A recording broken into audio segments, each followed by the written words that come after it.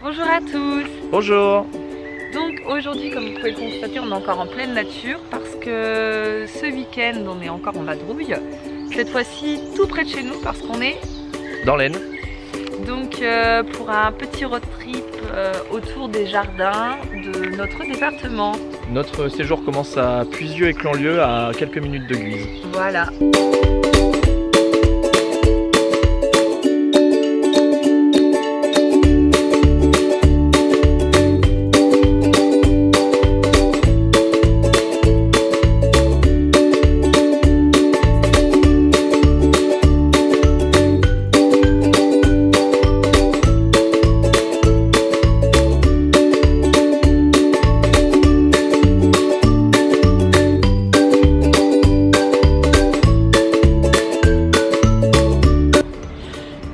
Alors, étape 2, vous avez bien sûr reconnu, derrière moi, le familistère de Guise, lieu bien connu des gens de la région, voilà. Avec, c'est le dossier peut-être. Peut-être. Alors dites-nous dans les commentaires si vous connaissez. Alors le familistère de Guise, c'est le familistère Gaudin, voilà. C'est ça, c'est l'utopie sociale mise en place par Gaudin à la fin du 19e siècle. Voilà. Et pour plus de détails, j'ai fait un article dessus sur Donc le blog. on vous renvoie le lien dans la description. À l'origine, le jardin dans lequel on est, c'était le jardin personnel de Gaudin. Gaudin, il l'avait acheté en 1856 et il l'a basculé dans le cadre du système familistérien en 1858 et ça va devenir une des toutes premières parties du palais social. Un avantage ici, donc mise à disposition des employés de l'entreprise et ça permettait en fait aux ouvriers, pendant leur temps de pause ou le midi, de ne pas rester dans l'entreprise, de ne pas rester dans les bruits de l'usine, dans la chaleur, dans la poussière, d'avoir un espace vert, un espace de détente, d'oxygénation qui leur permettait de se reposer. Ça permettait, quand vous étiez au familistère et que vous regardiez par la fenêtre, d'avoir pas une vue directe sur l'usine. Vous aviez entre deux le jardin, ça faisait une espèce de zone tampon entre l'industrie et la vie communautaire. Dans l'idée de Gaudin, même si on a du loisir, même si on a du temps libre, il y a toujours derrière l'idée de pouvoir entre guillemets, s'instruire, de pouvoir apprendre, de pouvoir ici comprendre.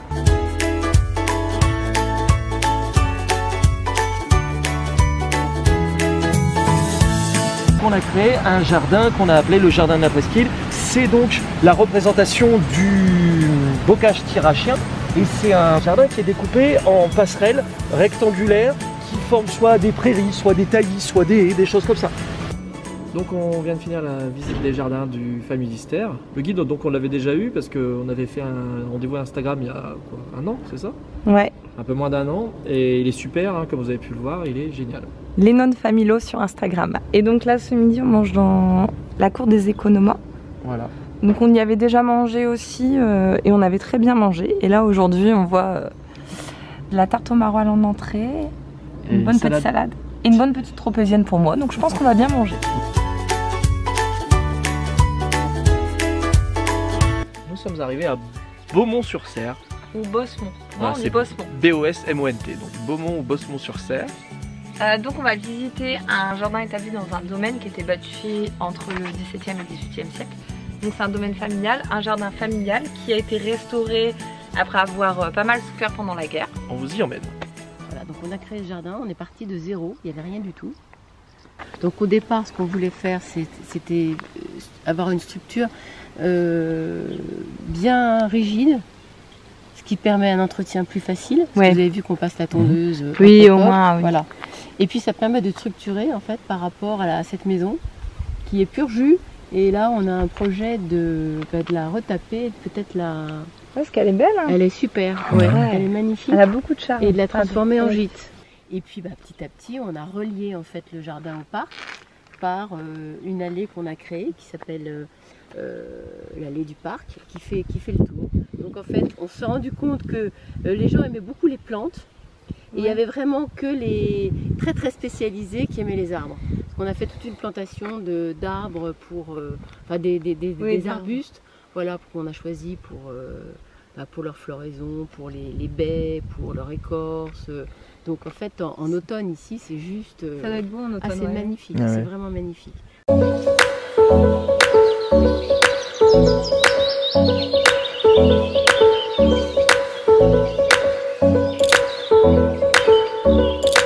On a fini la première partie de notre séjour. On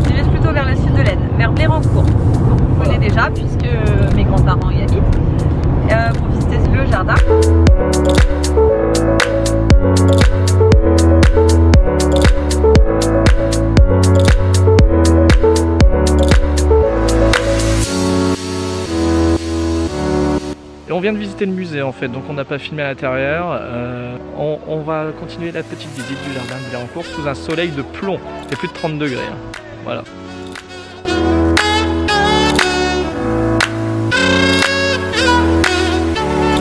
Bon, ce qui est rigolo, c'est qu'on est venu il y a un mois Et demi, ouais. Semaines.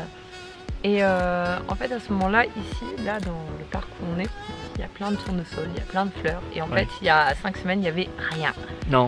Par contre, tout au fond, le jardin de printemps, puisqu'on était encore au printemps, a été super fleuri.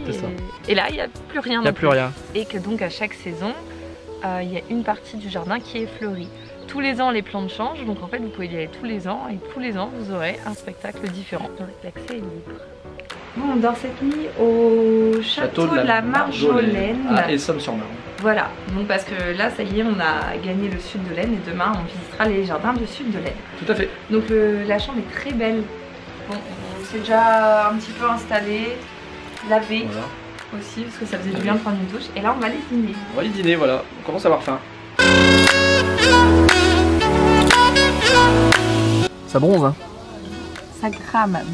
Ça crame en Picardie. Ouais. Eh oui, mesdames, messieurs. Comme quoi. Alors, petite entrée pour moi. Crevette à la provençale.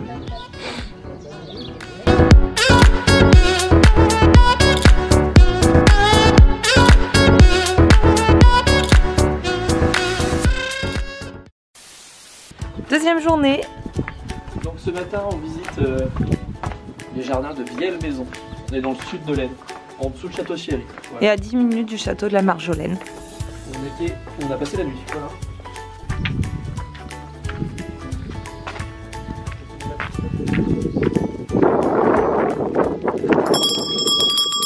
Il y avait autrefois un château fort qui était entouré de douves. Et la maison que nous habitons, c'était le porche du château. Et il y a eu la Révolution. Ça a été acheté en 1803 par un arrière-grand-père de mon mari, qui était préfet. 1800, c'est Napoléon. Il était préfet de Napoléon. Et il a pris un très bon architecte qui travaillait à ce moment-là dans le bois de Boulogne. En 93, j'ai décidé de faire un jardin que j'ai commencé à ouvrir en 99. Et j'en ai fait un jardin de curé. D'accord. Ah ouais. Et un jardin de curé, il faut trouver des légumes et des fruits pour nourrir monsieur le curé, des fleurs pour mettre à l'église, des plantes officinales parce que les curés soignaient autrefois, de l'eau pour arroser et puis pour les petits oiseaux, de la vigne pour du vin de messe que j'ai mis dans la serre parce que j'aimais manger des raisins mûrs moi, du buis symbole de l'éternité, il y en a. C'est 4 pétales. Ah oui, oui. Avec le centre, le puits. Là, c'est le printemps. Là-bas, c'est l'été. Là, c'est l'automne. Et là, c'est l'hiver.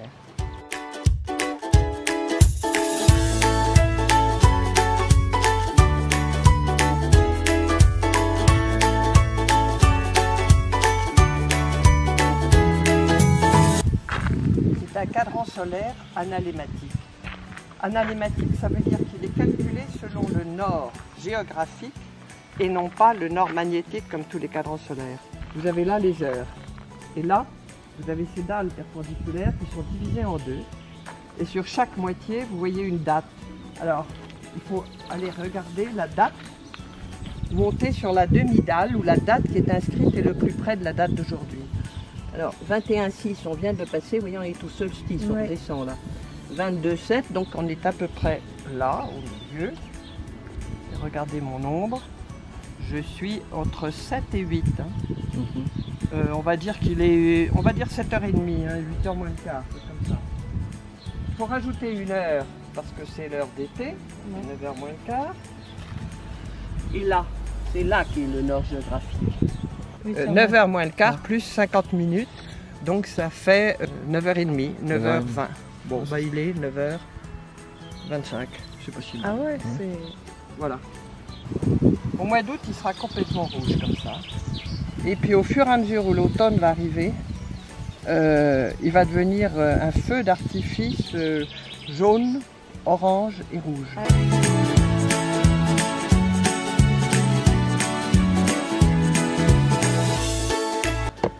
Bon, on vient de sortir du jardin de Vielle-Maison.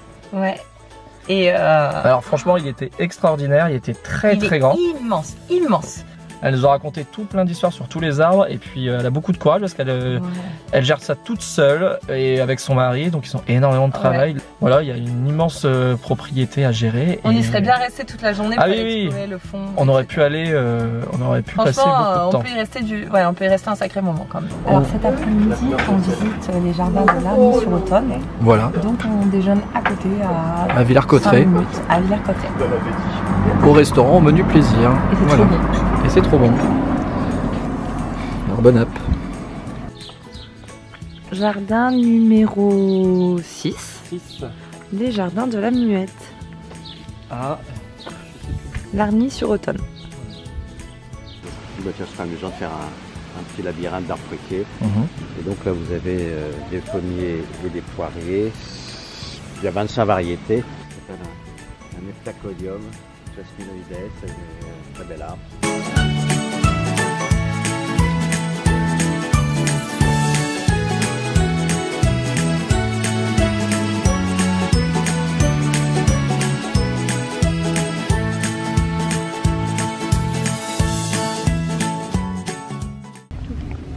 Acacia que j'aime beaucoup, qui s'appelle Trixie Baby, donc il y a ses feuilles, il est complètement frisé. Ah ouais, c'est rigolo. C'est assez amusant. Un arbre comme ça qui perd la moitié de son tronc, et y compris vraiment le centre, et ben ça continue à vivre. Et ça détonne toujours, mais comment ça fait. Et on a donné de la profondeur, et en plus on a la chance de voir cette jolie porte. Donc à gauche c'est le tilleul et à droite c'est les marronniers.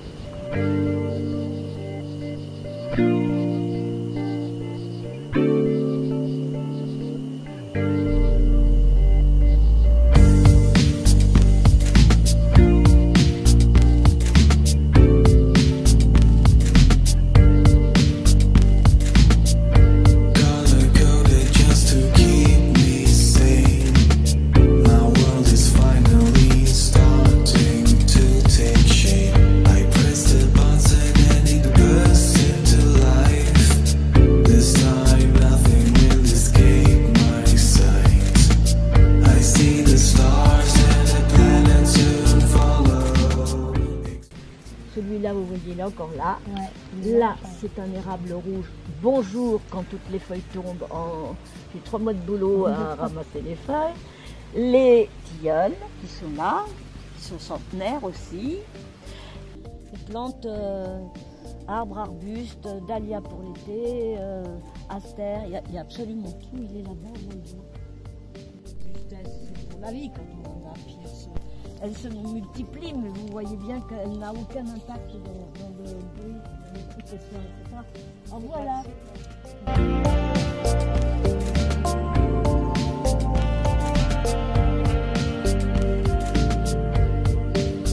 Vous voyez, elle est double. Et elle est tellement forte qu'elle prend le terrain. Les autres, elles ne prennent pas le terrain, plus elles sont belles. Vous voyez, les hémérocales, en fait, les plus belles, c'est en Californie. Mais elle est belle. Vous voyez, quand on la regarde un peu comme ça, en fait, dans la lumière aussi, elle prend de la couleur. Et regardez ça. C'est une plante faite. Comme la plante aux verrues, c'est pas la même chose.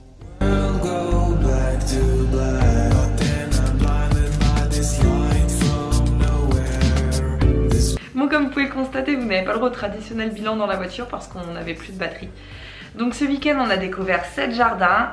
On en connaissait 2, les 5 autres pas du tout, j'en avais jamais entendu parler avant de les chercher sur internet parce que c'est nous qui avons demandé à les visiter.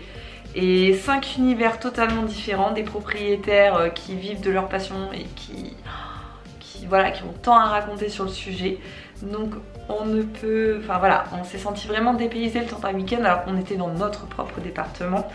Et on peut que vous enjoindre à visiter à votre tour ces jardins, que ce soit sur une journée ou sur un week-end. Dans l'article de blog, je vous donnerai toutes les bonnes adresses pour manger ou dormir, enfin le château de la Marjolaine, etc. Et voilà, donc j'espère que ça vous a plu de nous suivre. Et puis on se retrouve bientôt pour un prochain vlog.